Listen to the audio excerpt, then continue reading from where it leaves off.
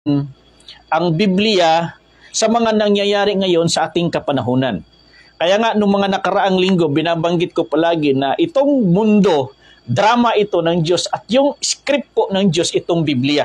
At ang Diyos po mismo yung direktor ng kaniyang drama. So tayo po ngayon na gumagalaw dito sa lupa, dito sa bawat bansa, tayo po ay nagiging partakers po tayo. Hindi lang alam po ng nakakarami. Partakers po tayo sa drama po ng Diyos. Totoong drama po ito. Na ang Diyos po yung direktor. Ang Diyos po yung gumagawa ng mga pangyayari na minsan hindi po maintindihan, hindi po maunawaan ng bawat isa sa atin. Lalong-lalo na sa mga kapanahonan natin ngayon. At ito po yung mga sinasabi po ng banal na kasulatan. Ito po yung mga katuparan po ng mga propesiya.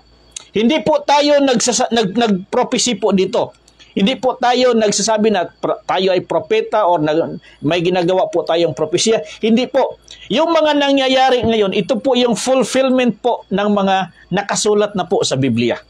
Okay? So kaya kailangan lang po natin maintindihan na itong nangyayari ngayon may kaugnayan talaga dito sa Biblia. So hindi po natin pwedeng alisin ang mga nakasulat dito at sa mga nangyayari ngayon sa kasalukuyan. Kasi yung Biblia, nakarecord dito po yung nakaraan, yung sa kasalukuyan at saka yung future. Nandito po yan naka-record sa Biblia. Hindi lang po detalyado. Hindi lang detailed yung pagkasulat, pero nandito po yan. Kagaya nga nung sinasabi ko nung nakaraang linggo, yung Bible po para maintindihan po ng bawat isa sa pag-aaral po ng Biblia, kailangan po yung 4 factors para maintindihan po natin yung Biblia. Yung una, ang Biblia po ay mathematics. Pangalawa, ang Biblia ay science. Ang Biblia ay prophecy. Pangatlo. At pang-apat po, ang Biblia ay history. Kaya nga, ito ngayon, nang nangyayari sa ating kapanahonan, gera, nation against nation, kingdom against kingdom, may mga malalaking mga lindol, may mga malalaking mga baha, may mga kung saan-saan, may mga bagyo pang paparating. Nandito na po yan, nakarecord na po yan sa Biblia. Kaya, tatalakayin po natin yan mamaya, mga kapatid. Isa-isahin natin kung maabot pa ng ating oras. Sana kayo mga nanonood dyan, hindi po kayo, hindi po kayo mainis or mainip na manonood po or makikinig po sa ating programa. Kasi maraming mga nagsasabi, yung mga sinasabi ko daw, wala sa Biblia, wala daw sa kanya. Totoo po yan. Itong mga sinasabi natin dito, iba ito sa mga naririnig yung mga preachers. Okay? Iba ito sa nakasanayan po yung napakinggan sa iba't ibang mga mensahero po ng iba't ibang religious groups, iba't ibang spiritual groups. Iba po ito. Kasi kung hindi magkaiba, wala nang dibino gobyerno. Hindi na po ako mag-live dito kung pare-parehan lang po kami ng pag-uunawa dito sa Biblia. Kung pare-parehan na lang po tayo lahat, mga nagtuturo sa paraan ng pagtuturo, hindi na po kailangan mag-live pa kasi hindi na kailangan na magsalita ako dito kasi nandyan na sila eh. Napakinggan nyo na sa simbahan, napakinggan nyo na kung saan sa mga katedral, sa mga kapilya, napakinggan nyo na sila. Pero kaya lang, itong sinasabi po natin ngayon, pinahahayag lang po natin yung totoong mangyayari sa ating kapanahunan ngayon. Kaya sa mga nagsasabi na wala sa Biblia, wala talaga kung yung pag-unawa natin, kung yung hahanapin mo, yung letra for letra, words for words kung hahanapin mo. Kaya, pero kung yung pakikinig mo, pag-aaral mo sa Biblia, ginagabayan ka po ng espiritu ng katotohanan. Dahil yung espiritu ng katotohanan, yan po yung magbibigay sa atin, maghahayag ng buong katotohanan. Kaya sa mga nanonood po sa atin ngayon, idalangin po ninyo na kayo po mismo makaunawa, makaintindi. Kahit iba-iba po yung ginagamit po nating lingwahe, may ma-English, may ma-Tagalog, may ma-Bisaya, or sa pagdating po sa inyong pandinig, maiintindihan nyo kahit anong uri ng lingwahe yung ginagamit nyo. Maiintindihan nyo dahil yan po yung galaw po ng Spirit of Truth. Magandang hapon kay Inday Box. Maraming salamat sa pagtanaw. Kay Silangan Bayan ng Pilipinas, magandang hapon. At kay Jusem Tinahiros Pisidas, magandang hapon. Kay Brother Romel Sikinya, magandang hapon at maraming salamat sa subaybay sa ating programa. Sino pa dito? Okay? So, para tuloy-tuloy na po tayo. Kay Roster Eagle, magandang hapon. Kay Santa Helena, Lapu-Lapu, de la Concepcion, de la Torre.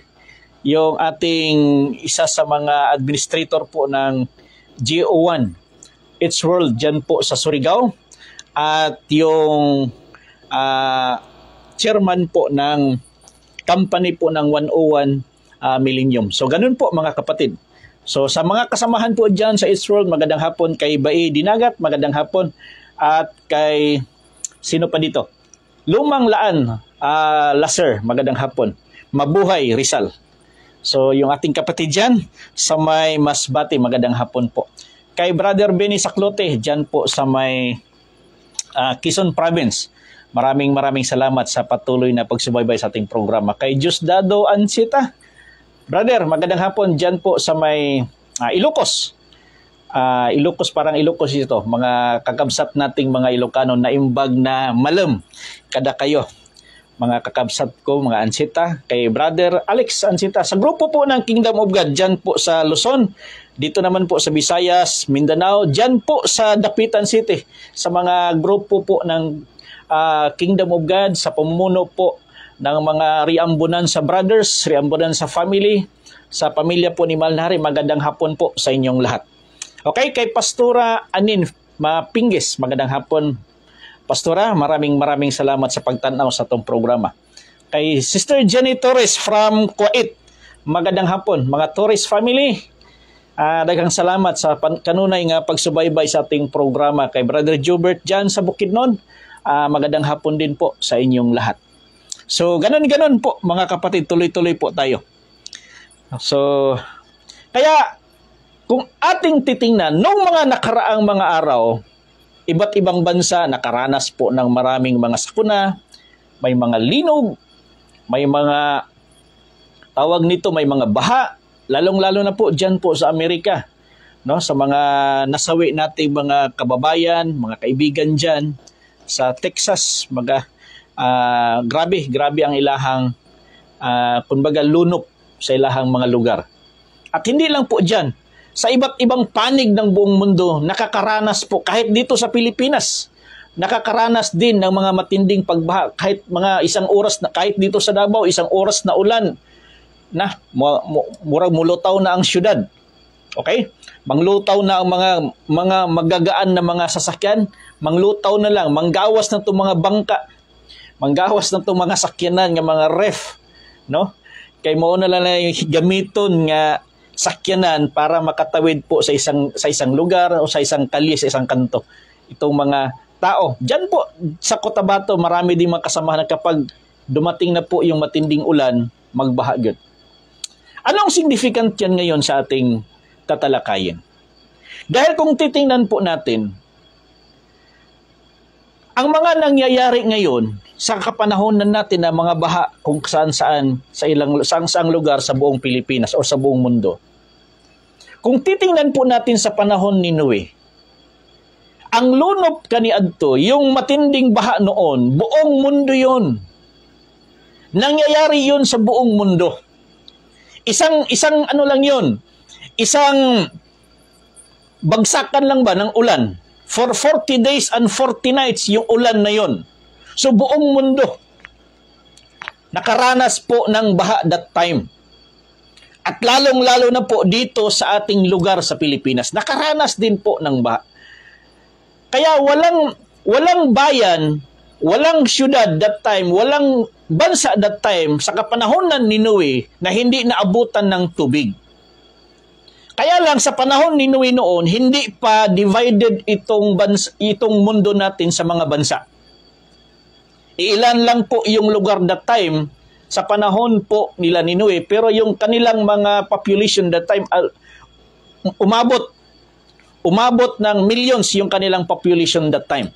Pero yung kanilang lugar, hindi pa nalukop yung Hindi pa nasasakupan yung buong mundo. Hindi pa na subdivide ba na by nation, by continents, wala pa. Wala pa sa kagaya sa kapanahunan natin ngayon na mayroon ng 7 continents po yung buong mundo.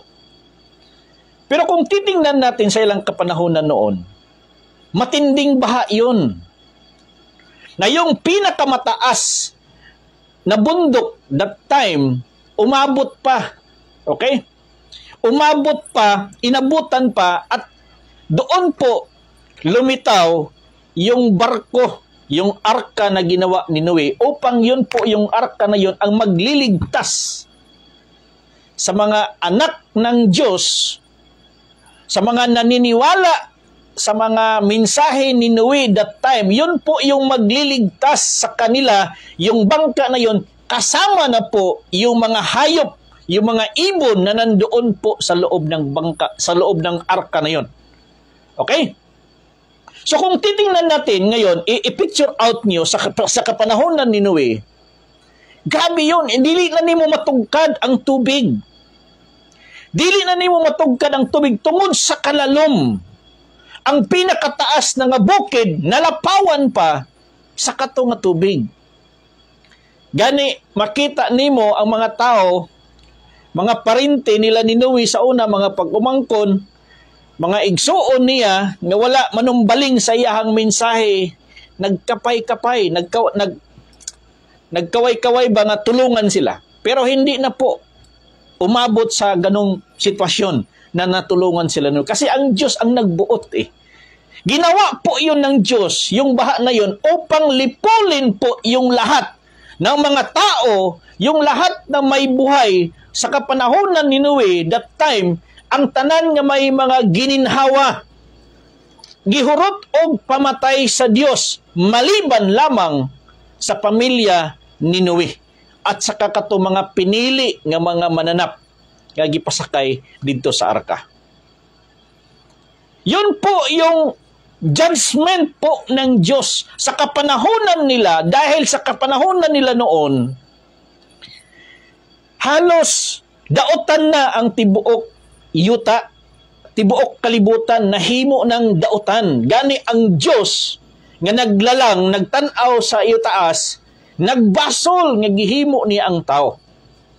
Nagbasol siya, mo nakahukom siya, patyon niya ang tanan ng mga daotan, pinaagi sa tubig, pinaagi sa lunok. In Genesis chapter 6, basahin po natin, yung sinasabi po niya dito, sinabi niya,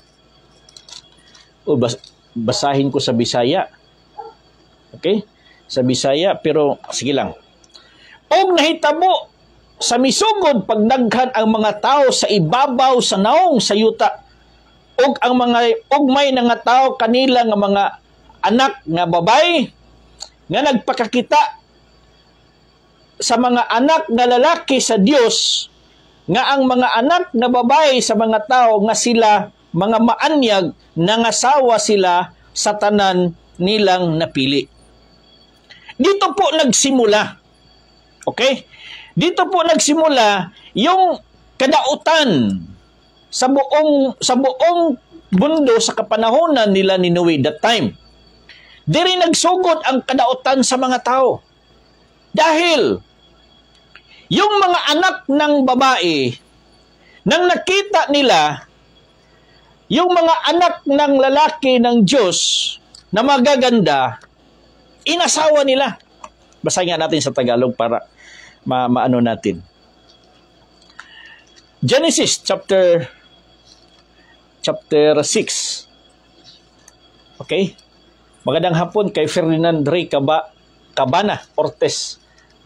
Magandang hapon, maraming salamat sa pagtanaw. Kay Maricel Coquilla Hakuba, magandang hapon. Basahin natin sa Tagalog. Sabi niya dito. Genesis chapter 6. Sabi niya, at nangyari nang magpasimula na dumami ang mga tao sa balat ng lupa at mangagkaanak ng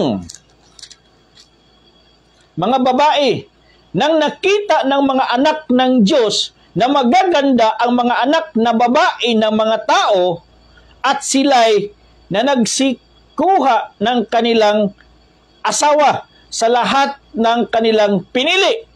At sinabi ng Panginoon, ang aking espiritu ay hindi makikipagpunyagi sa tao magpakailanman, sapagkat siya may laman, gayon may magiging 120 taon ang kaniyang mga araw.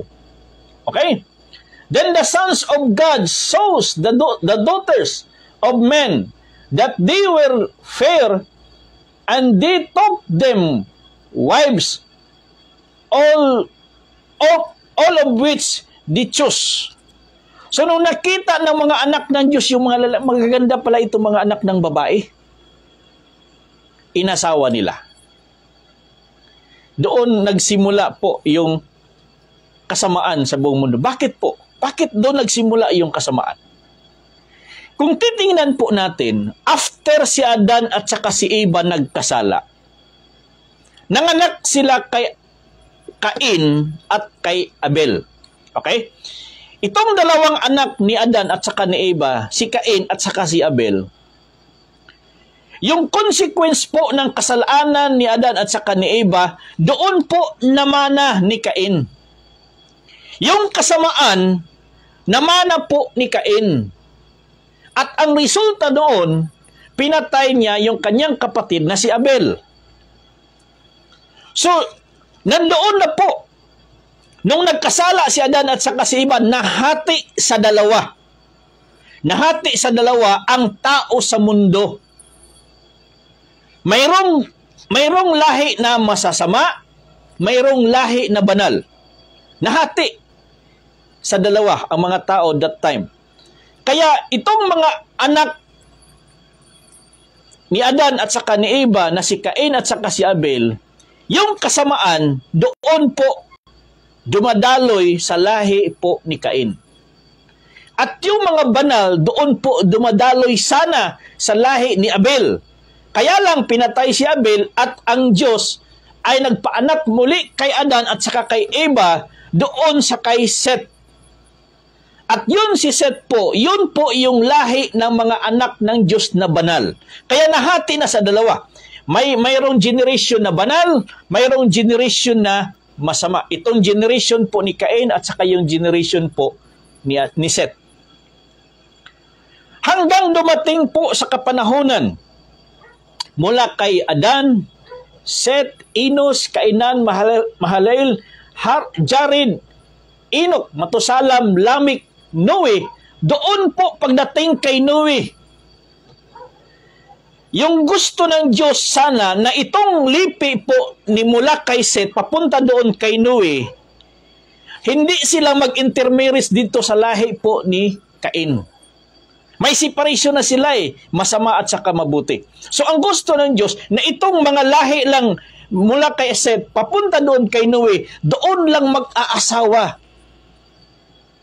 Hindi sila pwedeng mag-intermarriage doon kasi yung dugo nila, pag magkahalo doon sa dugo ng mga anak ng Diyos, magiging masama yung resulta.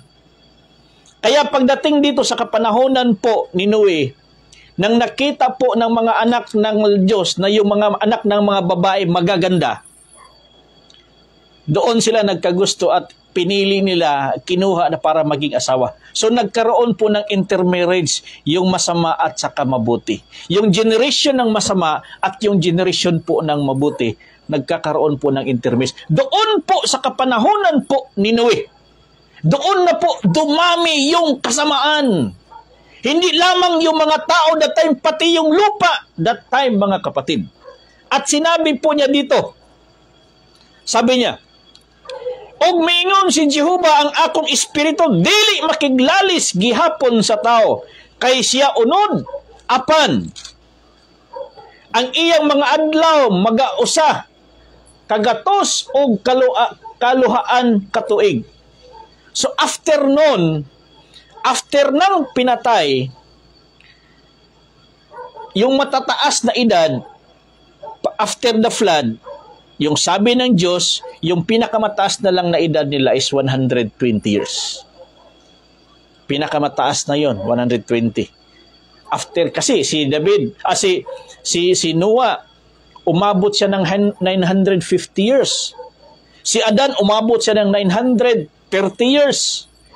Si Methuselah, umabot siya ng 969 years, mga kapatid.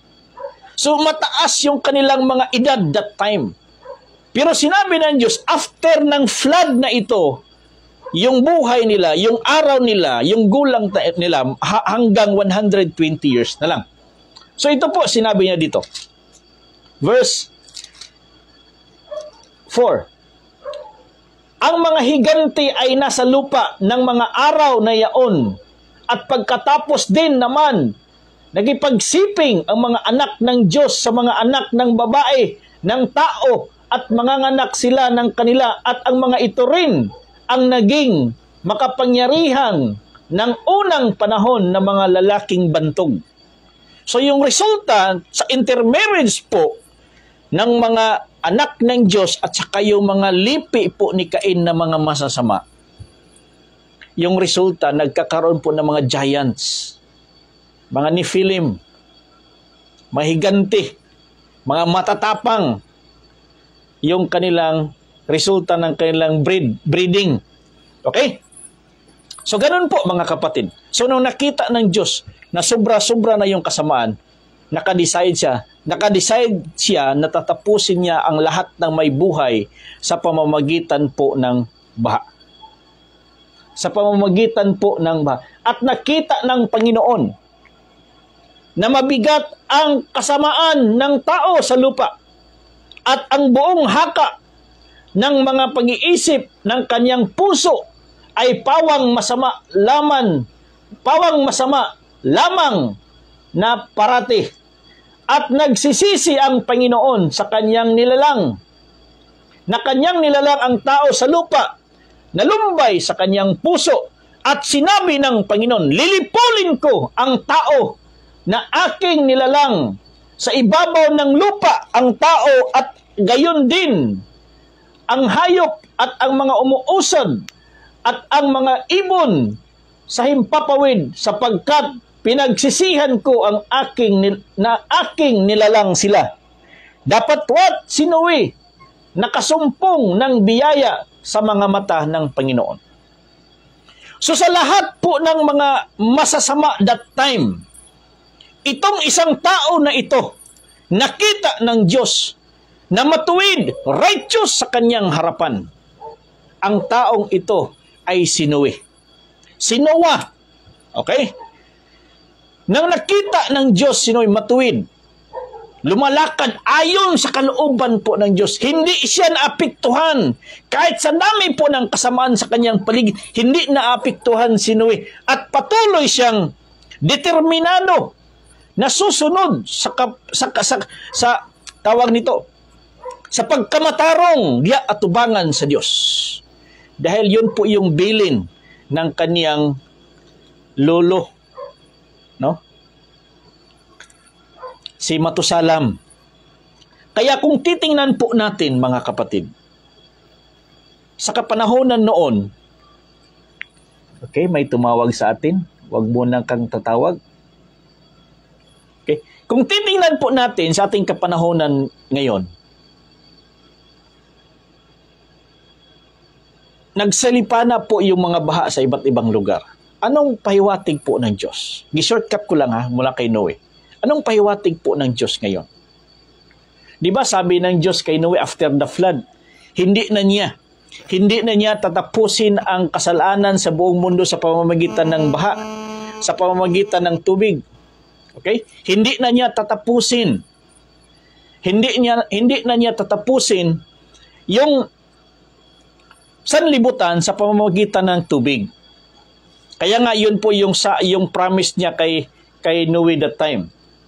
In chapter 9 verse 15, sabi niya, ang akong balangaw igabutang ko diha sa panganod ug mahimo kini nga usa ka timaan sa saad taliwala nako og sayuta ug mahitabo. Okay? Ay, wag ka munang tumawag. Kasi nag-live ako. Okay? Magandang hapon kay Maria Cristina Swan Cacao na nanonood po sa atin at kay Princess Juliana Swan Cacao. Magandang hapon din. Kay Ma'am Monjira Blong, magandang hapon. At kay Pastor Rolando Saplahio, magandang hapon. Maraming salamat sa pagtanaw sa ating programa. Okay, kay Ma'am Vilma Isparagusa, magandang hapon po. So, tuloy-tuloy po tayo. So, nung nakita po ng Diyos si Noe na matuwid, okay, lumalakad ayon sa kalooban po ng Diyos.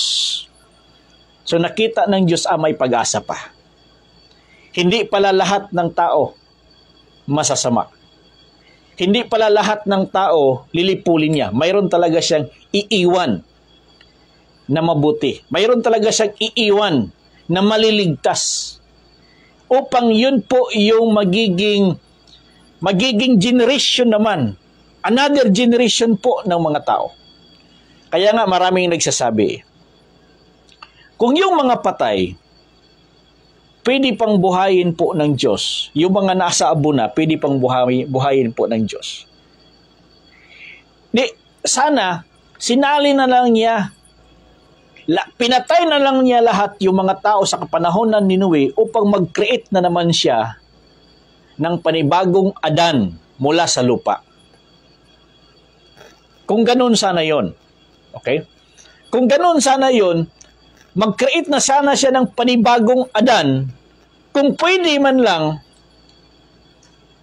okay, kung pwede man lang mag-create ang Diyos kung another Adan doon sa lupa, pero hindi niya ginawa. So, hindi niya nilipol lahat yung mga may buhay.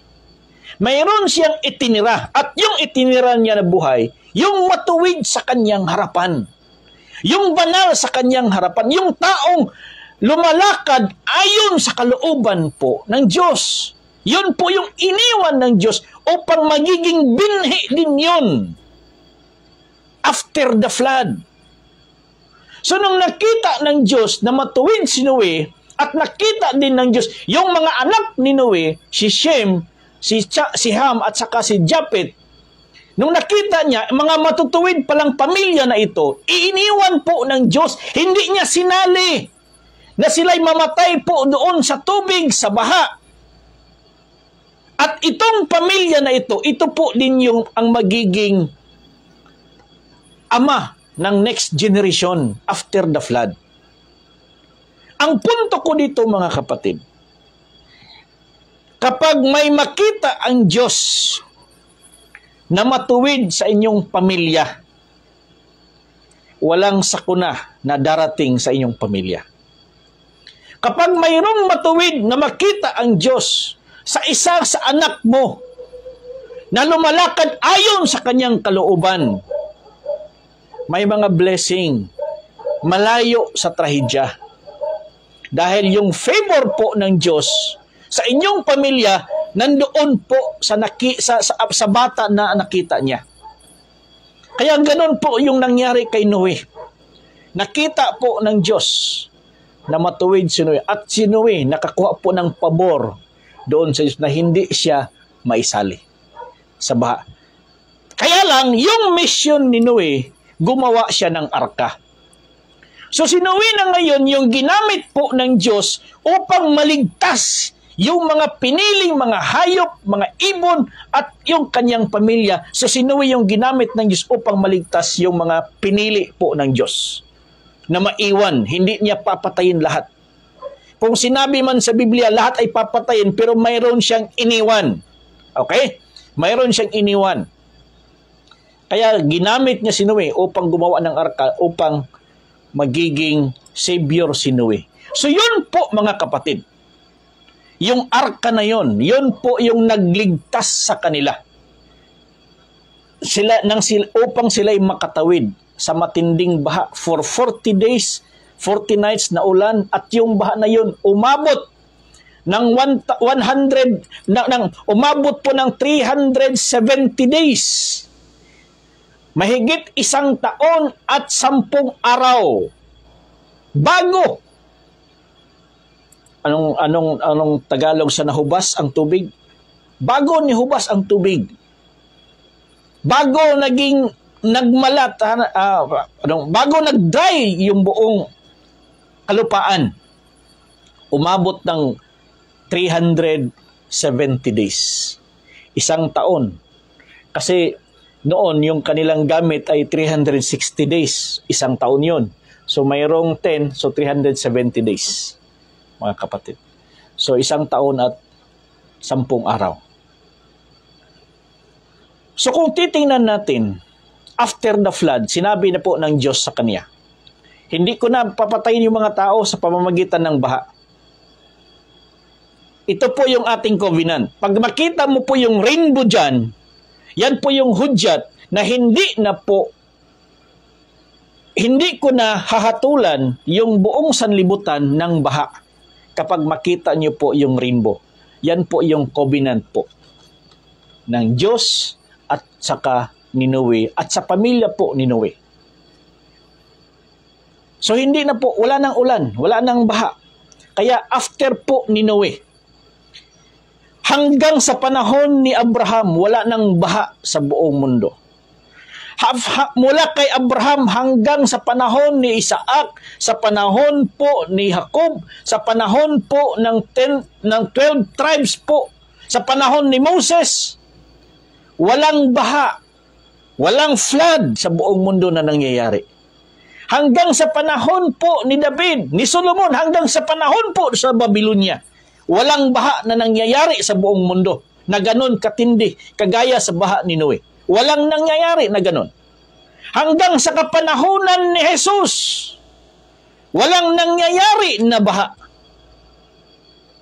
Pero bakit ngayon, sa ating kapanahunan, nangyayari ngayon? Hindi man isang bagsakan ng ulan, pero kung titingnan po natin, halos bansa po, mga bansa sa buong mundo, nakakaranas po ng mga matitinding baha. Kahit dyan sa Middle East, nakakaranas din ng mga matitinding baha. Bakit nangyari? Bakit bumalik yung mga matitinding baha? Mga malalaking baha. Bakit? Bakit bumalik? Dahil yan po yung sign sa pagdating po ng anak ng tao. Si Jesus po yung nagpabalik niyan. Si Jesus po yung nagpabalik ng mga baha nang sinabi niya, Matthew chapter 24 verse 36. Basahin nga natin. Walang nakakaalam. Okay? Basahin natin. Matthew chapter 36 at chapter 24 verse 36 hanggang 38, 39, 40. Basahin natin dito. Kasi yun ang usapan ng Diyos at saka ni Noe. Wala nang baha na mangyayari. Pero bakit ngayon dumating na? Bakit bumalik yung mga baha? Halos lunop sa iba't ibang lugar. Maraming nung mga nakaraan doon sa China, yung mga nakaraang buwan din doon din sa saan ba yun part? Dito part po sa Asia, gihapon. Nakaranas din ng mga, doon sa Middle East, nakaranas din ng mga matinding baha. Sinabi niya po niya dito, apan mahitungod sa maong adlaw og takna walay usah nga nasayod bisan pa ang mga manulunda sa langit, bisan pa ang anak gawas sa amahan lamang. So yung mga tao, humihingi po sila ng sign sa pagparito muli ng anak ng tao. Humihingi sila ng sign. Anong sign ba? Sinabi po ni Jesus sa kanila. Basahin natin sa Tagalog. Kasi Bisaya nakalimutan kong mga Tagalog pala yung mga halos mga nanonood sa atin ngayon. Basahin ko. Matthew chapter 24 verse 36. Sinabi niya dito. Verse 36 of chapter 24. Ngunit tungkol sa araw at oras na yaon, walang makakaalam kahit ang mga anghel sa langit, kahit ang anak, kundi ang ama lamang. At kung paano ang mga araw ni Noe, gayon din naman ang pagparito ng anak ng tao. In verse 37, sabi niya, maingon kaniadto sa mga adlaw ni Noe, mauman usab ang pag-abot sa anak sa tao.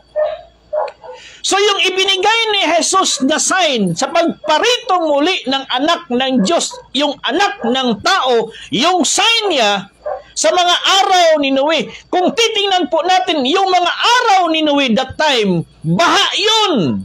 Lunop sa tibok kalibutan. Kaya itong nangyayari ngayon kung saang bansa sa buong mundo nakakaranas po ng matinding baha. Yun po yung sign ngayon na malapit na dumating yung anak ng tao. Na yun po yung inutusan ng Diyos upang magligtas sa mga taong naniniwala sa Kanya.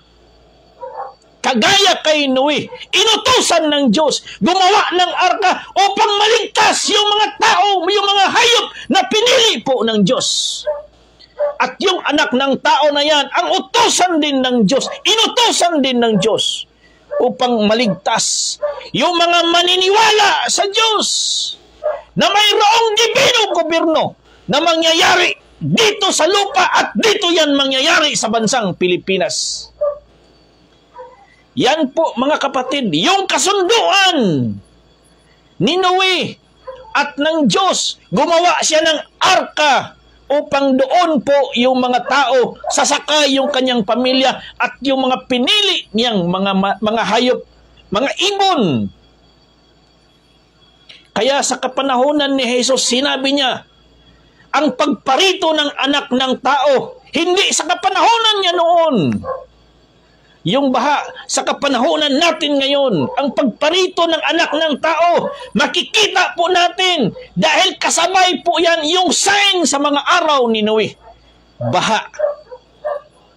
Baha po mga kapatid. Anong magliligtas ngayon sa mga anak ng Diyos? Anong magliligtas ngayon sa mga anak ng Diyos? Yung gobyerno ng Diyos. Ang magliligtas sa mga anak ng Diyos, gobyerno ng Diyos. Kaya sinabi ni Jesus, sinabi niya, kapag siya po yung magiging hari sana sa Israel, doon na sana ang umpisa ng kaligtasan ng buong mundo sa kanya sa Israel. Walang baha mangyayari. Kasi doon matapos sa kanya eh.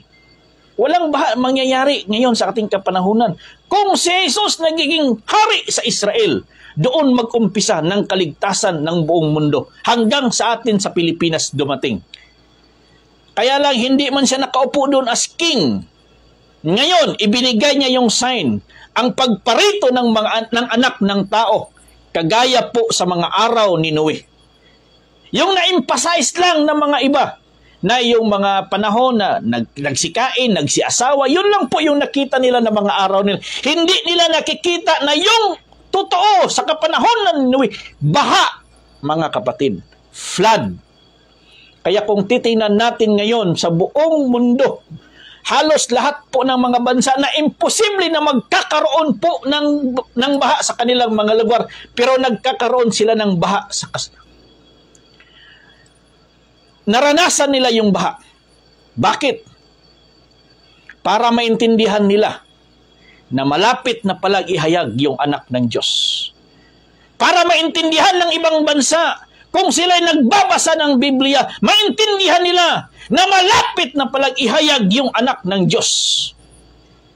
Na yun po yung magligtas sa lahat po ng pinili ng Diyos upang makasakay po sa arka. Ano po yung arka natin ngayon? Divino Gobyerno, DGP, the Ark of the Covenant. Yan po yung kasunduan ng Diyos. At natin, yan po yung kasunduan ng Diyos. At ng DGP, Ark of the Covenant. Yung lahat po ng mga anak ng Diyos makapasok sa arka. Dahil nandyan po yung authorized Redeemer King. Yan po yung ibig sabihin ng arka ngayon. nandyan po yung batas ng Diyos. Kaya sa panahon po ni Moses, pinagawa siya ng Ark of the Covenant. Pinagawa siya ng kahon. Pinagawa siyang murag baol. Yun po yung Ark of the Covenant. Dahil nandoon po yung kasunduan. Nandoon po yung batas ng Diyos. Nandoon po yung 10 utos sa loob ng Ark of the Covenant na yun. Yun po yung simbolo din na kapag yung mga anak ng Diyos sa kapanahonan ni Moses, yung mga Israelitas, kapag sila'y patuloy na sumusunod sa kautusan ng Diyos, sila po ay maliligtas. Kung saan sila papunta, dala-dala nila yung Ark of the Covenant na yun. Dahil nandoon po yung kanilang kasunduan. Nandoon po yung kanilang tagapagligtas, yung batas ng Diyos sa loob ng arka na yon. Sa loob ng kahon na yon, nandoon po yung kanilang kasunduan. Kasunduan ng Diyos at saka ni Moses na ipapatupad ni Moses yung batas ng Diyos na nandoon po sa loob ng arka. Hanggang sa kapanahonan po nila ni David, ni Solomon, dala-dala po nila yung arka na hanggang doon na po sa templo iniligay na po yung Ark of the Covenant na yon. Batas yun. Kautusan po yun ng Diyos nandoon. Kaya nga si Noe that time, kautusan din po yun ng Diyos na maggawa siya ng arka dahil yun po yung magligtas. Sa kanila po rin ni Moses, maggawa siya ng arka dahil nandoon po yung kanilang kaligtasan sa pamamagitan po ng pagsunod sa batas po ng Diyos. Na nandoon po sa loob ng arka na yun. Dito sa Pilipinas, ang kaligtasan ng mga Pilipino nasa batas ng Diyos. Wala sa simbahan. Wala sa kapilya, wala sa katedral. Nasa pagsunod ng batas ng Diyos. Yan po yung kasunduan natin sa Diyos. Na kapag itong bayan ng Diyos ay lalakad sa kanyang kahatulan, palatuntunin at mga kautusan, ang Diyos ay mananahan sa ating bansang Pilipinas. Kaya kung titingnan po natin, wala sa simbahan ang kaligtasan ng Pilipino. Nasa pagsunod ng batas ng Diyos. At yung batas ng Diyos na yan, magiging saligang batas ng bansang Pilipinas para itong mga baha ngayon na mangyayari at paparating na magiging makabiran po ito ng Diyos. Sa kamay po ng Diyos. Hindi makapasok. Yung mga malalaking bagyo sa ating bansa, hindi makapasok. Yung mga malalaking tsunami, hindi makapasok dahil recognize na po natin yung batas ng Diyos sa ating bansa. Kaya kinakailangan po yung batas ng Diyos. Yan po yung ating kasunduan. Yan po yung arka. Kung saan ang mga Filipino susunod sa arka, papasok sa arka na yun. At yung arka natin ngayon, batas ng Diyos upang itong buong bansang Pilipinas magiging protected ito sa kamay po ng Diyos. Yun mga kapatid, yung ibig kong sabihin. Walang baha sa kapanahonan ni Jesus. Pero siya po yung nagsabi, ang pagparito ng anak ng tao, gaya sa panahon ni Noe. Anong panahon ni Noe? Baha. Kaya pinaranas ng baha yung iba't ibang bansa, maging sa Middle East, maging doon sa West, maging sa Amerika, pinaranas sila ng baha upang makita nila, upang maintindihan nila na ito na yung sign sa pagbabalik po, sa pagparito ng anak ng tao. At dito po yan, makikita mula silanganan papuntang kanluran. From East to West, from Pilipinas to Amerika, makikilala po yung anak ng Diyos. Yan mga kapatid, ang ngayon, na makita po ng mga bansa, kung sila'y sumusunod sa kautusan ng Diyos, kung sila'y sumusunod, nagbabasa po sa script po ng Diyos, makikita nila, maintindihan nila, ito na pala yung sinabi ngayon, sama sa mga araw ni Noe. Huwag niyo lang tingnan na doon na yung mga araw na yun, sila'y nagsikain, sila'y nagsiinuman. Hindi po ganun. Wala doon. Hindi yun ang sign. Normal yung tao na mag-asawa, mag-inuman, magkain. Tinago lang yung sign. Tinago lang yung baha. Pero dapat doon makita makita ng mga preacher na yung sign na sinabi sa panahon ni Noe, baha yun. Bakit ngayon? Dahil gusto ng Diyos ng lahat ng mga bansa na makaranas ng mga matitinding baha, maintindihan nila, ito na yung sign, malapit na ipahayag yung anak ng tao. Bakit siya tinawag na anak ng tao? Dahil ipinanganak siya ng mama at papa. Yung anak ng Diyos na maghahari sa bansang Pilipinas, ipinapanganak po siya ng papa at mama. Mayroon siyang parents. Mayroon po siyang pamilya. Mayroon po siyang pangalan. Mayroon po siyang birth certificate. Hindi po yung makikita natin na sinasabi dyan na babalik siya sa ulap at mula doon bababa siya. Hindi po.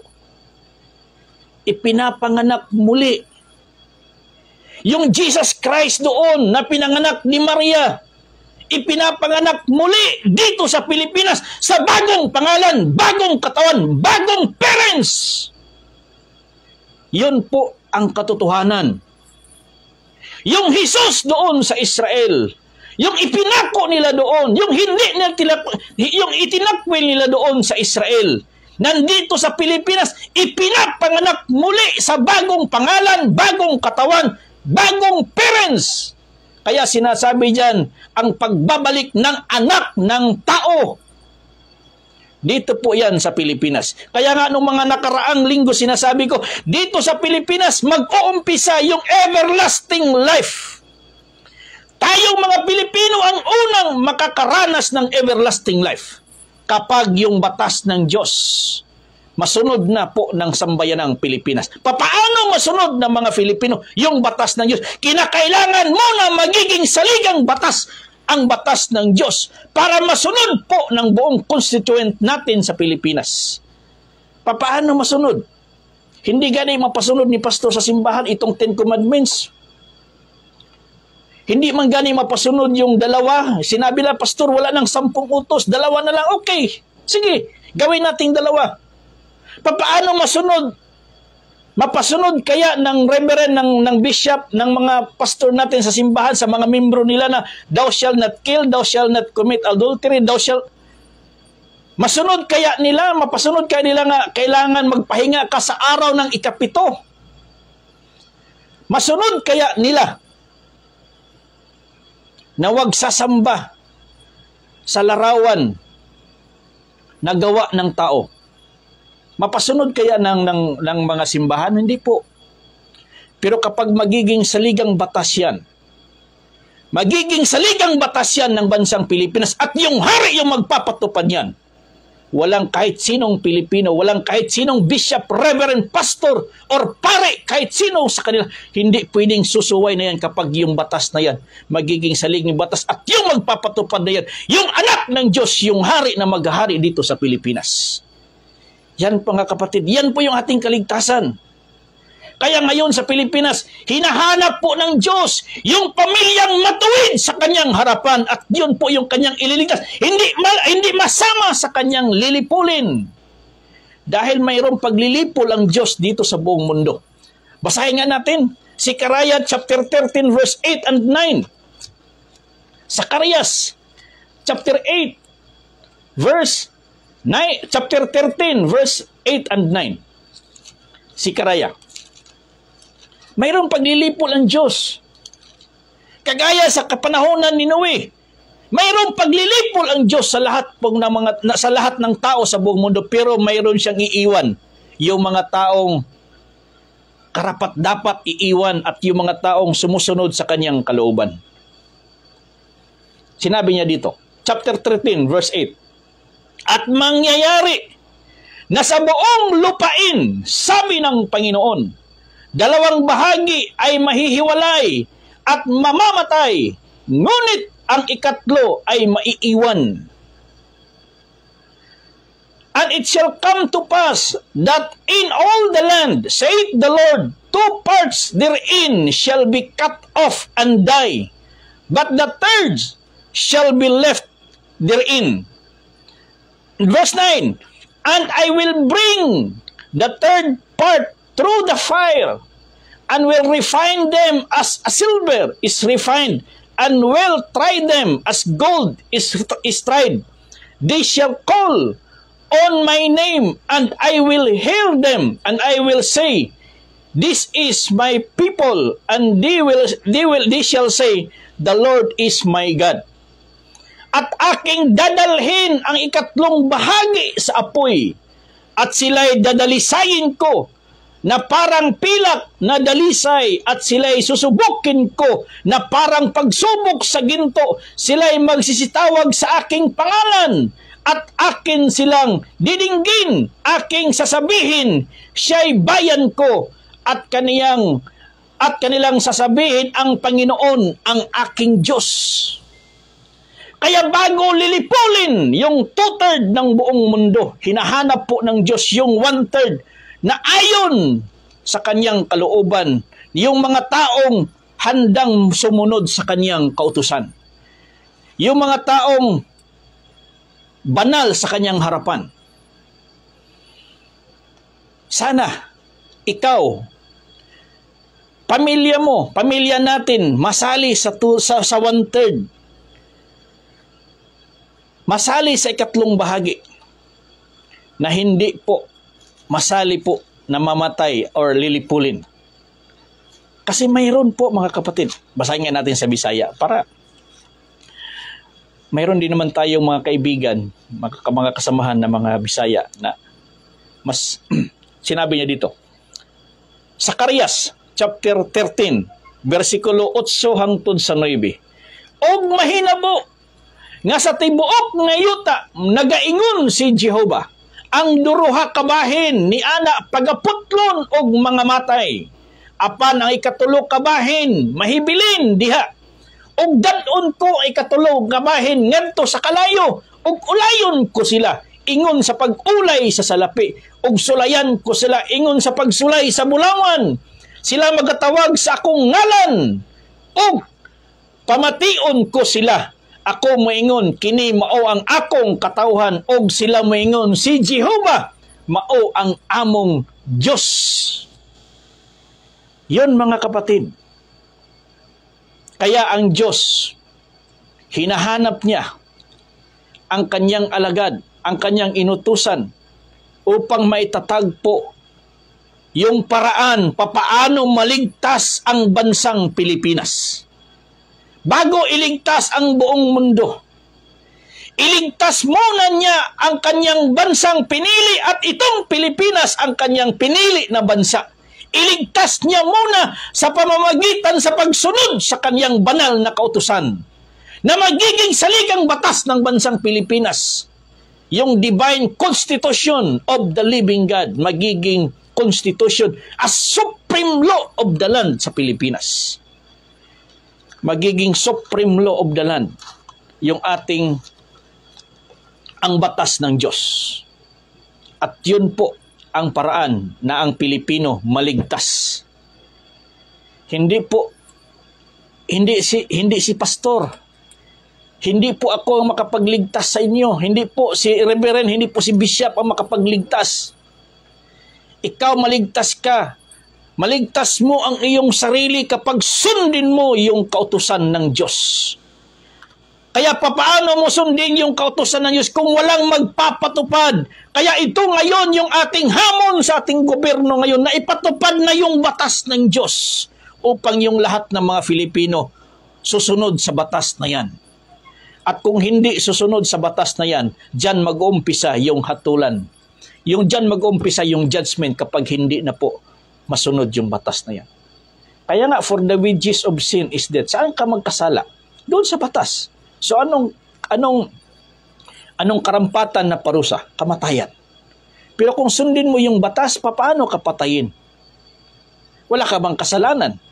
So magkasala lang ang tao kapag hindi niya masunod yung batas. So kung hindi niya masuway yung batas, kung masunod niya yung batas, bakit siya hatulan ng kamatayan? Everlasting life is there.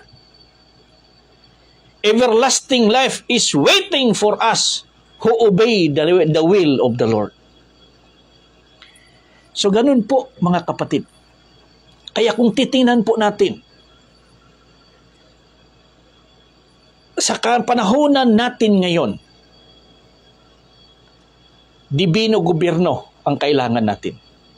Yan ang kasunduan. Kaya nga sinabi ng Diyos kay Solomon, kung ikaw ay lalakad sa aking kahatulan, palatuntunin at kahatulan, gaya ng iyong ama na si David, itong bahay na iyong itinatayo, aking pagpalain. No? Basahin natin nga. Basahin natin. 1 King, chapter 6. Unang mga hari, ilang oras na ba ako dito? Okay? Uy, alas 5 na. Unang mga hari, basahin natin. Chapter 6. Kung ikaw magalakaw sa akong kabalauran, tulmanon ug mga sugo, sinabi niya dito. At ang salita ng Panginoon ay dumating kay Solomon na sinabi, tungkol sa bahay na ito, na iyong itinatayo, kung ikaw ay lalakad sa aking mga palatuntunan at gagawin ng aking mga kahatulan at ingatan ang lahat ng aking mga utos upang lakaran, ay aking ang pagtibayin ang aking salita sa iyo na aking sinasalita kay David na iyong ama. Sabi niya, concerning this house which thou art in building, if they will walk in my statutes and execute my judgment and will keep my commandments to walk in them, then will I perform my word with thee, which I spoke unto David thy father. Tulumanon, kabalauran ug mga sugo, kapag yan po yung ating magiging batas dito sa Pilipinas, ang Diyos, protektahan niya ang ating bansang Pilipinas. Maniwala kayo sa hindi. Sa mga taong hindi maniniwala, padayon lang. Sa mga taong naniniwala, continue. Sa mga hindi, no problem. Kasi sinabi dyan sa Revelation chapter 22, yung mga gumagawa ng masama, ipagpatuloy lang. Yung gumagawa ng kabutihan, ipagpatuloy lang. At the end, mayroong kanya-kanyang reward. Mayroong kanyang-kanyang hantungan yung bawat isa na gumagawa ayon sa kanyang kalooban. Kaya kung titingnan po natin, wala na sa Israel ang Diyos. Ang Diyos buong mundo sa kanya. Pero kung baga kung doon sa Israel na siya yung maghari doon, wala na. Tapos na po doon sa Israel. Dito po makikilala ang Diyos sa Pilipinas. Dito po siya makikilala ang Diyos sa Pilipinas. Dahil ang Pilipinas po yung magluluwalhati sa Kanya. Ang Pilipinas po yung magpapakilala sa Kanya sa buong mundo. Israel sana yon. Kaya lang doon sila na foul sa panahon na sila'y pinuntahan ni Jesus at hindi nila tinanggap si Jesus. Doon sila na foul ang bansang Israel. Kaya yung pagiging kaharian ng Diyos wala na sa kanila, nandito na sa Pilipinas. Kaya yung batas ng Diyos na doon sana ipatupad sa kanila, hindi na doon, dito na sa Pilipinas ipatupad. Para magiging kaharian tayo ng Diyos. At yung batas na yan, banal na batas. Kaya kapag banal na batas, yung batas ng ating Pilipinas, yan po yung ibig sabihin ng divino gobyerno. Yan po yung ibig sabihin ng divine government. Kaya bakit palagi nating sinisigaw ngayon yung divine government of the Philippines? Dahil yung ating bansa, yung batas ng ating bansa ngayon, hindi pa banal. Okay? Kahit sabihin pa natin yung lahat ng mga nakaupo ngayon, sila ay sugo ng Diyos. Sila ay pinili ng Diyos. Correct, walang question dyan. Kahit yung Pangulo natin, pangalawang Pangulo, hinahayaan po sila ng Diyos. Inaalaw po sila ng Diyos na uupo sa kanilang pwesto. Pero hindi ibig sabihin na banal na po yung ating gobyerno hanggat hindi nila ipatupad yung batas ng Diyos.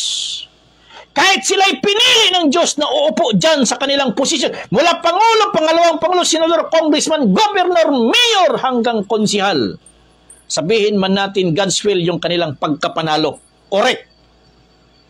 Pero hindi ibig sabihin na banal ng ating gobyerno hanggat hindi nila ipatupad yung batas ng Diyos. Sa ating saligang batas, hindi pa maging banal yung ating gobyerno. Inilagay sila dyan. Hinihintay lang po ng Diyos kung sila ipapatupad ba nila yung kalooban ng nagpapaupo sa kanila dyan. Okay? Hinihintay lang po ng Diyos kung ipapatupad ba nila yung kalooban, yung batas ng Diyos na nagpapaupo sa kanilang mga posisyon yan. Pero walang ni isang senador, walang ni isang congressman ang gumawa ng batas na ipatupad yung batas ng Diyos sa saligang batas. Walang congressman or senador gumawa ng bills or batas, mga panukalang batas na gawing saligang batas, bahagi ng saligang batas ang salita ng Diyos. Wala pa. Kaya hindi sila. Kaya hindi pa banal yung ating gobyerno ngayon. Kaya sinisigaw natin, dibino gobyerno, upang banalin, i-redeem itong sistema ng gobyerno ngayon. Kapag ito po yung ma-redeem, ang lahat ng mga Filipino, susunod at susunod yan sa kalooban po ng Diyos sa bansang Pilipinas kapag may patupad na po yung kanyang batas. Pero mayroon naman din talagang hindi susunod na mga Filipino. Para matupad yung sinabi ng kasulatan, ang mga anak ng kaharian, palalayasin, itatapon sa labas yung mga anak ng para matupad yan. Okay? Yung nakaraang linggo may post ako doon na palalayasin ang mga Filipinong ayaw sumunod sa batas ng Diyos. Maraming nag-react, maraming nagsitaasan yung kilay. Palalayasin yung mga Filipino sa Pilipinas. Bakit daw palalayasin? Na hindi man daw yun ang programa ng Diyos. Mga kapatid, palalayasin ang mga Filipinong ayaw tumanggap na itong Pilipinas, kaharian ng Diyos. Palalayasin ang mga Pilipino sa Pilipinas na hindi tatanggap na dito maghahari yung Kristo, yung anak ng Diyos at yung anak ng tao. Palalayasin sa Pilipinas ang mga Pilipino na hindi tumanggap na dito maghahari ang kaharian ng Diyos. Palalayasin sila sa labas ng Pilipinas. Palabasin talaga. Pero yung mga ibang bansa na maniniwala na nandito sa Pilipinas yung kaharian ng Diyos, welcome po sila dito. Yung mga foreigner, welcome po sila dito dahil ang Pilipinas, kaharian ng Diyos at ito po yung kaharian ng mga anak ng Diyos. Yung 1/3 na pinili po ng Diyos. Sa according po sa Sicaraya chapter 13 verse 9. Kaya nga sinasabi, og dadon ko ang ikatulo kabahin ngadto sa kalayo. Og ulayon ko sila ingon sa pag-ulay sa salapi, og sulayan ko sila ingon sa pagsulay sa bulawan. Sila magatawag sa akong ngalan, og pamation ko sila. Ako moingon, kini mao ang akong katawhan, og sila moingon, si Jehovah mao ang among Diyos. Yan po mga kapatid. Dito yan mangyayari sa Pilipinas. Yung mga anak ng Diyos sa iba't ibang bansa, kukunin po yun ng mga anak, ng mga anghel. Kukunin po yun ng mga manulunda at dadalhin po yan dito. Upang dito sa bansa, luwalhatiin yung pangalan ng Diyos, sasambahin ang pangalan ng Diyos, sasambahin po ang Diyos na may likha ng langit at lupa. Ang Diyos Ama na si Jehovah dito po sasambahin sa Pilipinas. Pero itong mga Pilipino na hindi maniwala na si Jehovah ang pangalan ng Diyos sa Pilipinas, palalayasin sa Pilipinas. Itong mga Filipinong hindi maniniwala na Jehovah ang pangalan ng Diyos na luwalhatiin sa Pilipinas, palalayasin po yan. Welcome po yung ibang bansa na nandito na handang luwalhatiin ang pangalan ng Diyos. Maraming pangalan ng Diyos, totoo yan. Marami ang pangalan. May Elohim, Yahweh, El Shaddai, Yahuwah, Yasawa, marami. Marami talaga ang pangalan ng Diyos. Pero as far as Divino Gobyerno is concerned, as far as DGP is concerned, ang pangalan ng Diyos na luwalhatiin sa Pilipinas, Jehovah. Kahit sabihin nyo, maraming nagtanong, Pastor, saksi ni Jehovah ka ba? Yes! Saksi ni Jehovah ako. Hindi yung organisasyon. Saksi ni Jehovah ako dahil sasaksihan ko yung pagtayo ni Jehovah ng kanyang Divino Gobyerno sa Pilipinas upang maluwalhati yung kanyang pangalan. Kaya doon ako saksi ni Jehovah. Saksi ni Jehovah. Sasaksihan po natin, i-witness po natin na itatayo ni Jehovah yung kanyang kaharian, yung kanyang Divino Gobyerno dito sa Pilipinas upang ang kanyang pangalan maluwalhati dito sa Pilipinas dahil hindi niluwalhati doon sa Israel. Dahil yung Israel, sinasamba nila yung mga Diyos-Diyosan. Kaya sa mga nagtatanong kung saksi ni Jehovah ako, yes. Pero hindi yung GW na organisasyon. Saksi ni Jehovah. Dahil sasaksihan ko yung pagtayo niya niyang kanyang Divino Gobyerno sa Pilipinas. Kaya nga sinasabi niya dito. Daniel chapter 2, verse 44. Sabi niya dito. Daniel kapitulo 2, versikulo 44. Sinabi niya dito. And in the days of those kings, shall the God of heaven set up a kingdom which shall never be destroyed, and the kingdom shall not be left to other people, but it shall break in pieces and consume all these kingdoms, and it shall stand forever. At sa mga karawan na mga haring yaon, ay maglalagay ang Diyos sa langit ng isang kaharian na hindi magigiba kailanman, o ang kapangyarihan man niya oy iiwan sa ibang bayan, kundi pagputol-putulin at lilipulin niya ang lahat ng kahariang ito na yaoy lalagi magpakailanman. Ang Diyos sa langit magatukod og usa ka gingharian sa Bisaya nga dili gayud malumpag. Basahin natin sa Bisaya. Sabi niya dito.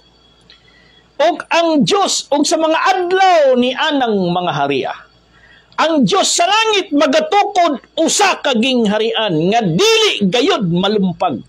Ni ang gahom ni ana mahibilin sa lain nga katawhan, apan kini magadugmok og magaut-ut ni ining tanan nga mga gingharian og kini mulungtad sa walay katapusan. Unsa nga gingharian ang tukoron ni Jehovah sa Pilipinas? Alpha Omega, the highest kingdom of God. Yan po yung itatayo na gobyerno at kaharian dito sa Pilipinas. Alpha Omega, the highest kingdom of God. Mula simula hanggang dulo, yan na po yung kaharian ng Diyos. Kaya dito po yan sa Pilipinas itatayo. Yan po yung gigiba sa lahat ng sistema ng kaharian. Yan po yung gigiba sa lahat ng sistema ng panggobyerno dito sa Pilipinas. Yung banal na gobyerno. Kaya yan po mga kapatid.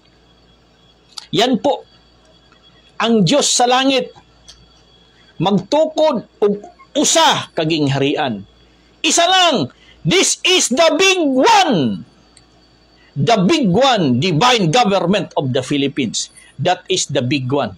Ang bugtong gobyerno sa Diyos nga itatayo sa Pilipinas, Divino Gobyerno. Yan po yung the big one.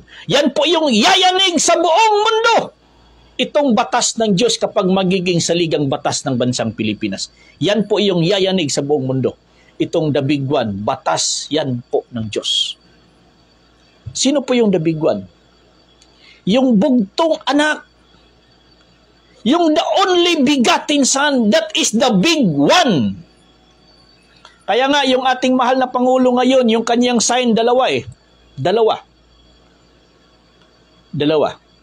sila. Hanapin niya yung isa para maging dalawa sila. Hanapin niya yung isa. yung hari na magpatupad ng batas ng Diyos sa Pilipinas. Hanapin ng ating mahal na Pangulong Ferdinand Marcos Jr., yung isa na magpapatupad ng kaharian ng Diyos sa bansang Pilipinas upang masunod itong batas ng Diyos. Hanapin niya. Yan po mga kapatid, the big one. Hindi yung the big one na lindol na hinihintay ng Pilipino ngayon. Hindi po yung the big one na sinasabi nila 8.5 or ilang magnitude yun. Hindi po. Kapag mangyayari yon, ng the big one na yan, hindi po yan mayayanig buong Pilipinas. Pero kapag itong the big one na batas ng Diyos, yung the only begotten Son, yung magpapatupad niyan, makikita po yan at yayanig po yan sa buong mundo dahil yung ibang bansa, mamulat yun sa katotohanan. Makita nila, kagilagilala sila, uy, naaman day sa Pilipinas, di gawas ang Kristo. Naaman day sa Pilipinas, di gawas ang anak sa Diyos. Naghulat-hulat ta nga mo adto diri sa India, naghulat-hulat ta nga nasa Amerika, naghulat-hulat sila nga mobalik sa isa. Wala sa Pilipinas man di ay ni gawas. Matingala sila karon. Mo nay yan po yung yayanig sa kanilang buong pag-isipan, buong kaisipan. Yan po yung yayanig sa buong mundo kapag may patupad na yung batas ng Diyos sa pamamagitan ng anak ng Diyos. Kaya po mga kapatid,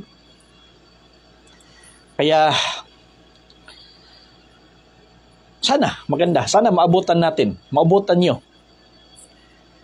yung programa ng Diyos. Huwag mainip. Okay? Huwag mainip. Kaya nga, uulitin ko, maraming pangalan ang Diyos. Pero as far as DGP is concerned, Jehovah ang ipinigay na pangalan. Kung mayroong mga pangalan ibinigay sa inyo, dapat ihayag nyo rin sa mga tao. Malay mo. Kasi ang Diyos walang pagbabago. Sabi nila, langyaw daw, banyaga daw yung yung foreigner daw yung Jehovah. Okay, sabi nila foreigner. Yung ginamit na mga ibang pangalan, foreigner din yan eh. Yung mga Yeshua, Elohim, mga foreigner. Kaya nga, yung Hebreo, giwala ng Hebreo eh. Yung Hebreo, giwala na. Panahon ng Greek that time, giwala ng Hebreo. Giwala na. Dahil iniwan na po ng Diyos. Nandito na po tayo sa panibago sa kapanahunan ngayon. Walang nagbago sa Diyos. Siya noon, ngayon, at sa hinaharap. Pero sa bawat bansa, binabago niya ang kanyang pangalan. Kaya nga doon sa India, nandoon si King Gautama, Adwaita Siddhartha, yung ginawa nilang Buddha, yung Taoism, Hinduism, yung Shintoism, si Allah. Okay? Hindi mo rin pwedeng baguhin yun sa kanilang isipan na hindi si Allah yung Diyos nila. Hindi pwede. Yun ang paniniwala nila. Kaya sa lahat po ng mga naniniwala na yan ang pangalan nyo, tuloy nyo lang. Pero sa DGP po, ito po yung ibinigay talaga. DGP. Diyos, God, Panginoon, equals Jehovah. Yung Diyos yan, dyan po sa, Spanish yan. Okay? Diyos. God, English. Panginoon, Tagalog. Kaya that is DGP. Divine Government of the Philippines, Diyos, God, Panginoon. Kaya we will educate. We will develop group of people. Divine group of people. DGP. At last po, DGP yung backup natin. Ang backup po ng DGP is DGP. Diamond, Gold, and Pearl. Maraming nagsasabi, Pastor, yung deuterium pala. Deuterium is totoo. Totoo talaga yung deuterium. Kasi yan po yung pinaka-special na langis ng buong mundo, deuterium. Heavy water yan eh. At yung pinakamalaking deposit po yan dito sa Pilipinas. Maganda po yung deuterium. Pero sultihan ta mo sa tinuod. Sabihin ko sa inyo yung totoo. Ang deuterium po, Kahit wala pang deuterium, ang Pilipinas mayaman na. Sabihin niyo yung wealth ng Pilipinas ay deuterium, hindi po. Kahit walang deuterium, ang Pilipinas pinakamayaman na. Dahil ang Pilipinas magiging ulong ginto sa buong mundo. Ang Pilipinas. Walang deuterium. Kaya nga sinabi ni Dr. Jose Rizal noon, sinabi niya, by spirit, sinabi niya, sabihin mo sa kanila, hindi pwede kunin yung deuterium dahil yan po yung langis ng mundo. Yan po yung dugo ng mundo. Yan po yung nagpapadulas sa pag-ikot ng mundo. Yung deuterium. Yan po yung langis niya. Kumbaga, yan po yung dugo ng tao. Okay? Yung red at saka white blood cells po natin. Ganon din po yung deuterium. Yan po yung dugo ng mundo. Langis po yan ng mundo. Yan po yung nagpabalan sa ikot ng mundo. Kaya sinabi na, hindi pwede kunin dahil kung kukunin yan, magiging mabilis po yung ikot ng mundo. At masisira po lahat. Kaya kung sinabi po ng mga scientists, sobra-sobra na po yung deposit natin, kailangan na natin ibenta doon sa ibang bansa, hindi pwede. Pwede natin kunin for personal consumption, for Philippine consumption, pero kapag i-trade mo doon, hindi na pwede. For Philippine consumption lang po yung deuterium natin sa Pilipinas. Kasi sa ibang bansa, binigyan din sila ng wisdom ng Diyos. Nagagawa sila ng sasakyan na hindi nagagamit ng langis, hindi nagagamit ng gasolina, krudo. Binigyan sila ng kalam upang yung mga engineer nila, binigyan sila ng wisdom ng Diyos upang makakreate din sila na mga sasakyan na hindi nagagamit ng langis. So, paano pa yung langis mo ibenta mo sa kanila? Dahil, at saka, kung yan po yung pagbasihan natin na yan po yung, dyan kukunin po yung benepisyo ng mga Pilipino upang sila ay maging masagana yung kanilang pamumuhay, kailangan po mabigyan sila ng ilang 100,000 galing po sa benta ng deuterium na yan. Imposible pa mga kapatid.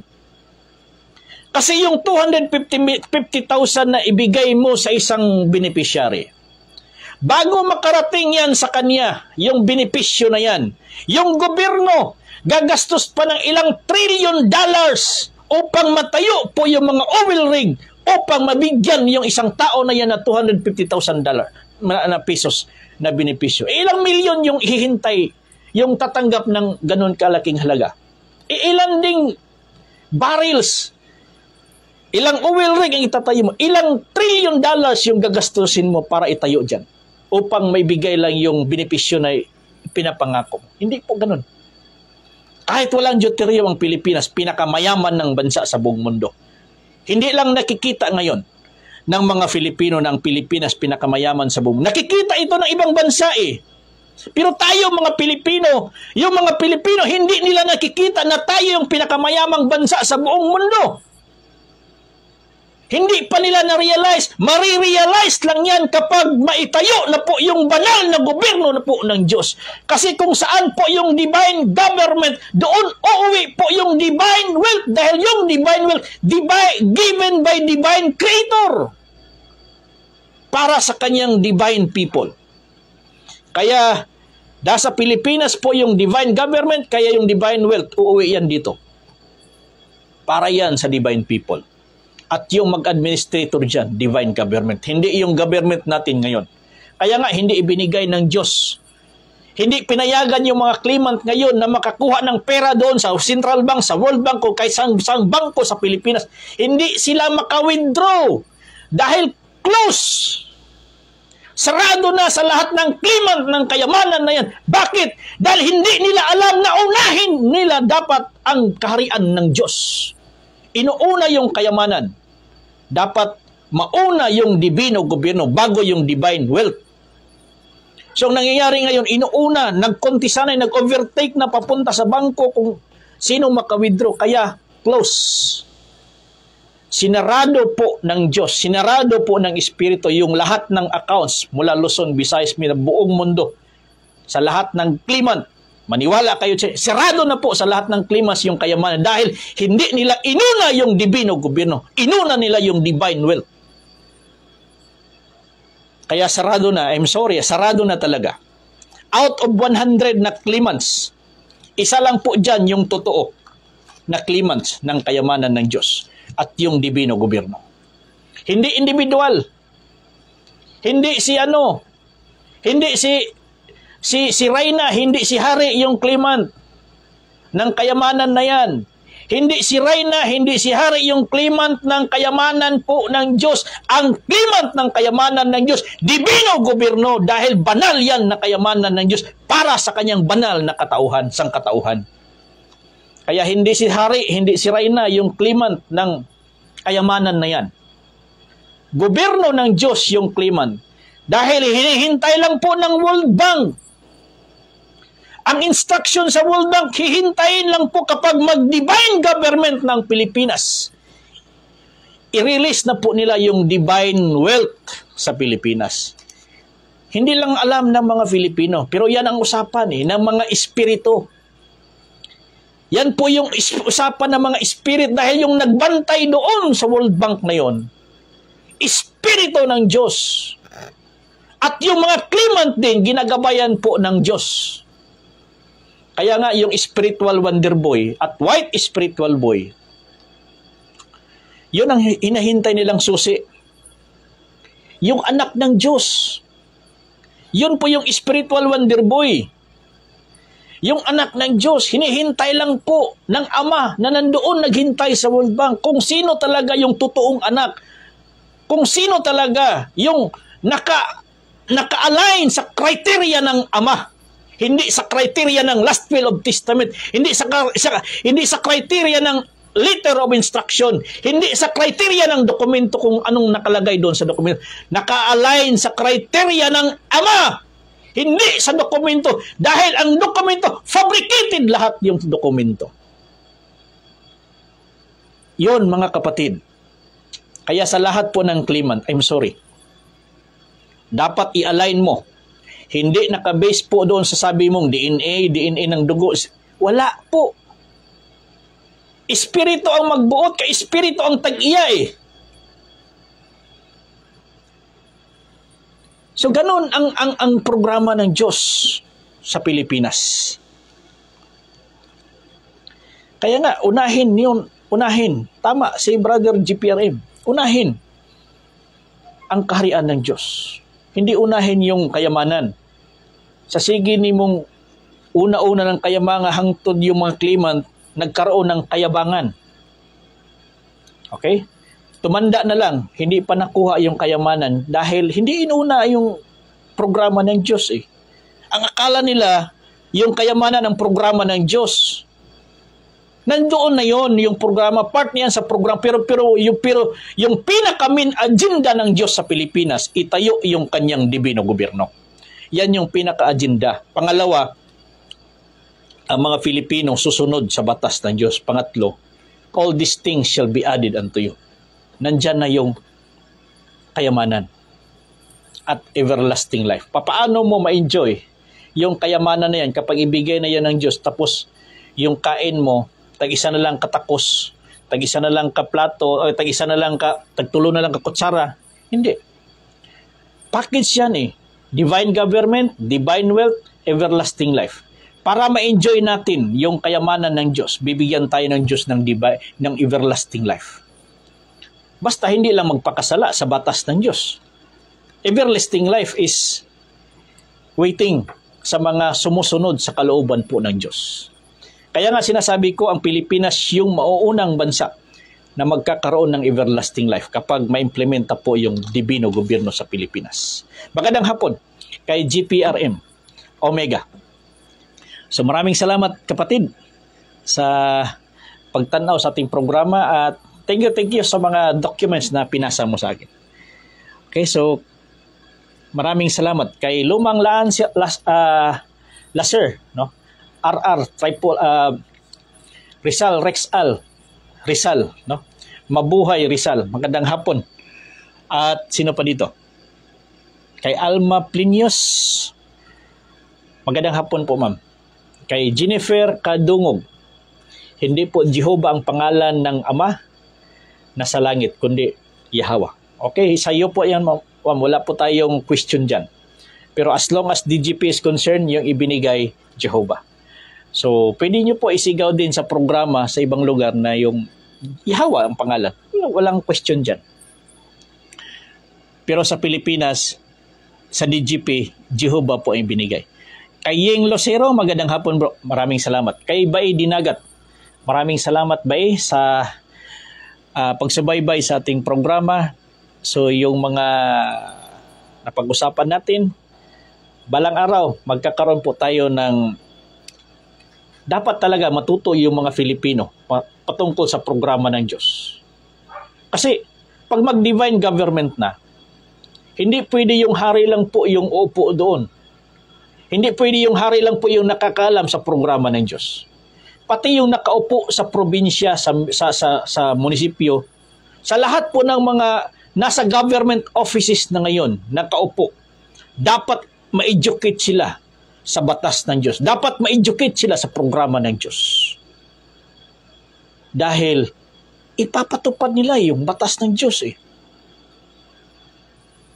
So, magkakaroon po tayo niyan ng mga convention or seminar or training para dito kasi sa live natin, hindi natin maidetalye lahat yung details kung paano i-operate yung Divino Gobyerno kasi marami ding ibang nasa kabila nanonood po sa atin na kinokopya lang po yung programa ng DGP. Okay? Kay Ma'am Lorena Sukbot, ma'am, magandang hapon. Diyan po sa Car Region, magandang hapon po. Diyan sa Apayao, diyan po sa tawag dito? Sa Car Region, magandang hapon po sa may Lalo, diyan po sa Cagayan Valley, sa Tugigaraw. Magandang hapon sa mga Albister family. Kay Ma'am Judith Albister, dyan po sa may Lalo, magandang hapon po sa inyo. At kay Madam Magdalena Dumaog, magandang hapon at maraming salamat sa pagsubaybay sa ating programa. Kay shout out Pastor from It's Global World, GOI 101 Surigao Multi-Skilled Farmers Fisher Folks. Okay, magandang hapon po sa grupo na po ng mga multi-skilled farmers na nanonood po sa ating programa. So maraming salamat kay Sir Michael Olep, kay Kite Pilo, Sir, magandang hapon. Mga Olep family, magandang hapon po sa inyong lahat dyan sa Car Region. Okay, sino pa dito?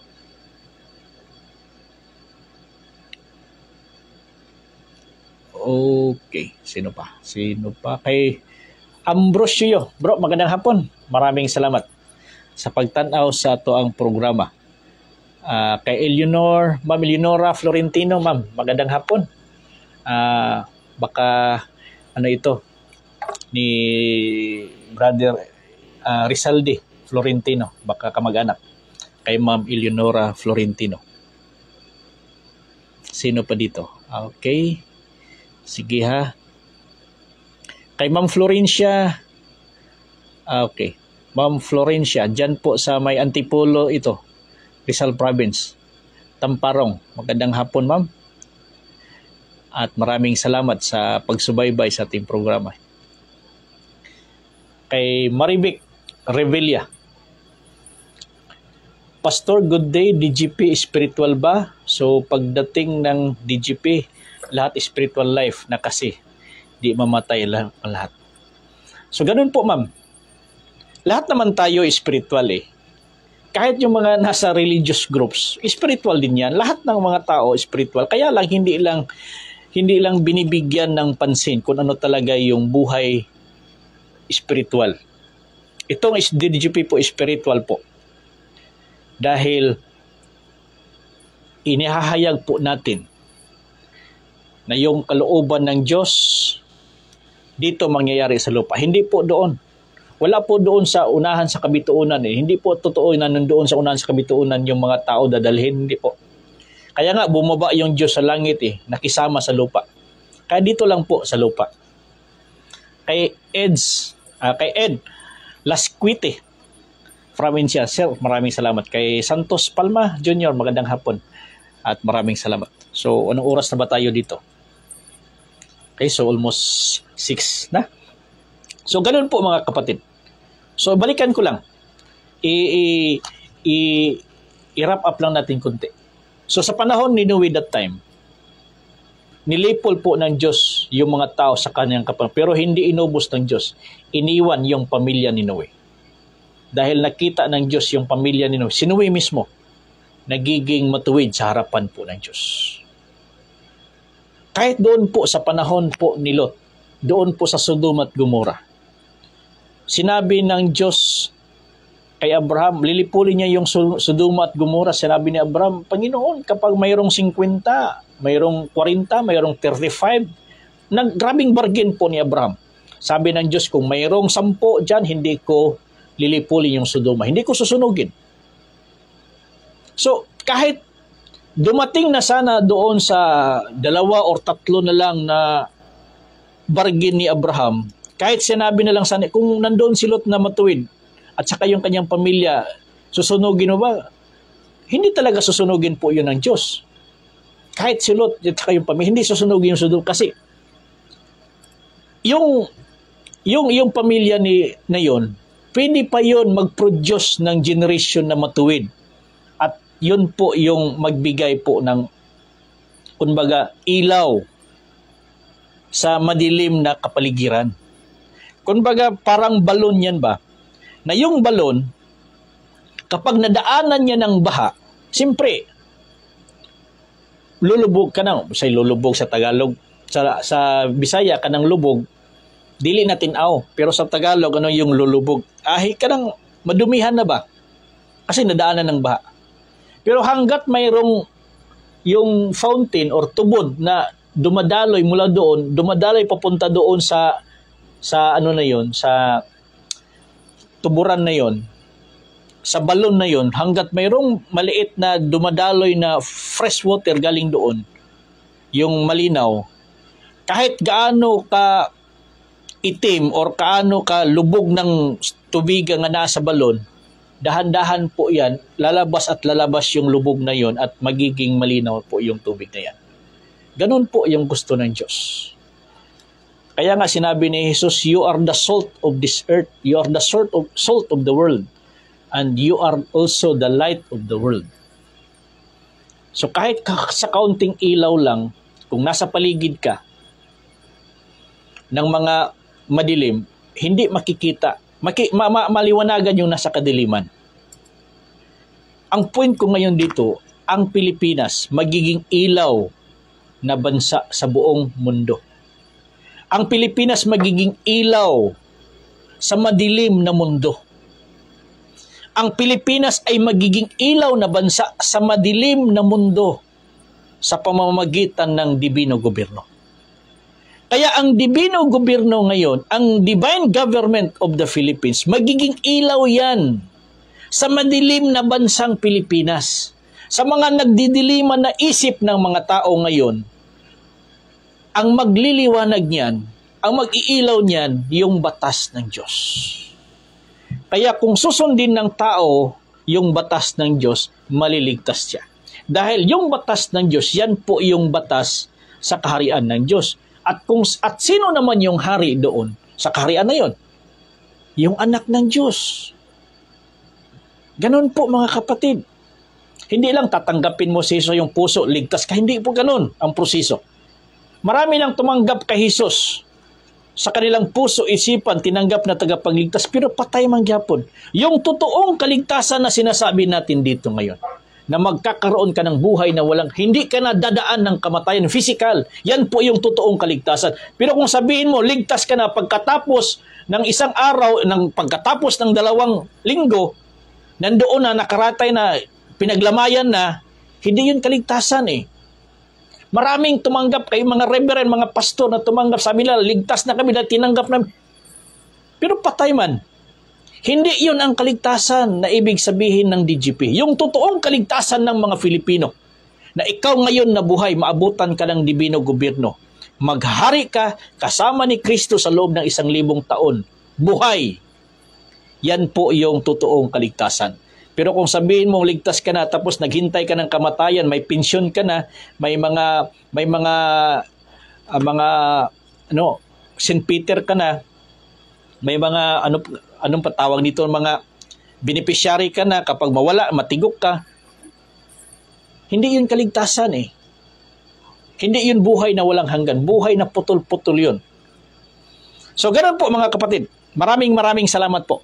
Magandang hapon sa lahat. Sa lahat pong nang nanonood sa atin, maraming salamat. Sana po mayroon po kayong naunawaan, naintindihan sa ating programa kahit out of 100% na sinasabi natin dito, mayroon po kayo at least 2, 3%, 10% po na naintindihan. Kung mayroon po kayong mga katanungan, pwede po kayong mag-message sa atin. Maraming nagtatanong, marami po nag-message sa akin, pero iba-iba din po yung tirada. So, pasensya na po kayo kung nasagot din ko po kayo ng iba din. Dahil iba din po yung inyong mga tirada. Okay? So, ganun po mga kapatid. Yung programa ng Diyos dito sa Pilipinas. Kaya, sana. Yung ating hinihintay ngayon na itong espiritu ng katotohanan na nandoon na po kay BBM sa ating Pangulo. Dumating na po sa kanya ang Spirit of Truth na hanapin niya po yung programa ng Diyos sa Pilipinas. Kahit siya'y Pangulo, hindi niya pa alam yung programa ng Diyos sa Pilipinas. Kahit siya'y Pangulo, kaya hinihintay natin. Yung sinabi niyang dalawa, hanapin niya po ito una. Yan po yung gagabay sa kanya. Yan po yung dibino gobyerno. Hahanapin niya yung hari na kumbaga itinalaga ng Diyos dito sa yung anak ng tao. Yan po mga kapatid. Kaya DGP, Divine Government of the Philippines, is the Ark of the Covenant. Yan po yung kasunduan natin sa Diyos na ipatupad yung kanyang kalooban sa pamamagitan po ng dibino gobyerno na magiging saligang batas yung batas ng Diyos. So maraming salamat kay Brother GPRM. Maraming salamat bro. Maraming salamat. Kay Lumang Laan Rizal. Kay Papa Jose Ama. Maraming salamat. Mabuhay Rizal. Yung ating kaibigan dyan sa may Masbate. Okay? So, ganun po mga kapatid. So, God bless po. God bless po sa ating lahat.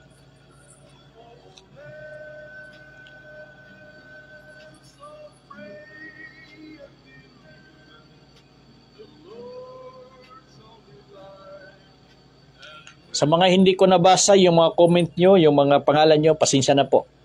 Kung hindi ko po nakita yung mga pangalan. Sa mga viewers po natin, maraming salamat. Sa nagpadala ng stars, thank you po. Kay Ernesto Carillo, sir, maraming salamat. So, all the glory and honor belongs to our Heavenly Father, Jehovah. So, God bless po. God bless sa ating lahat.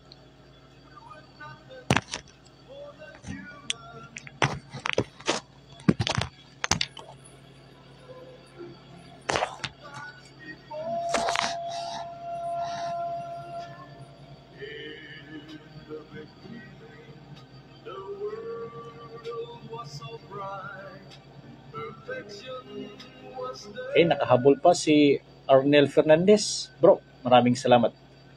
So, goodbye.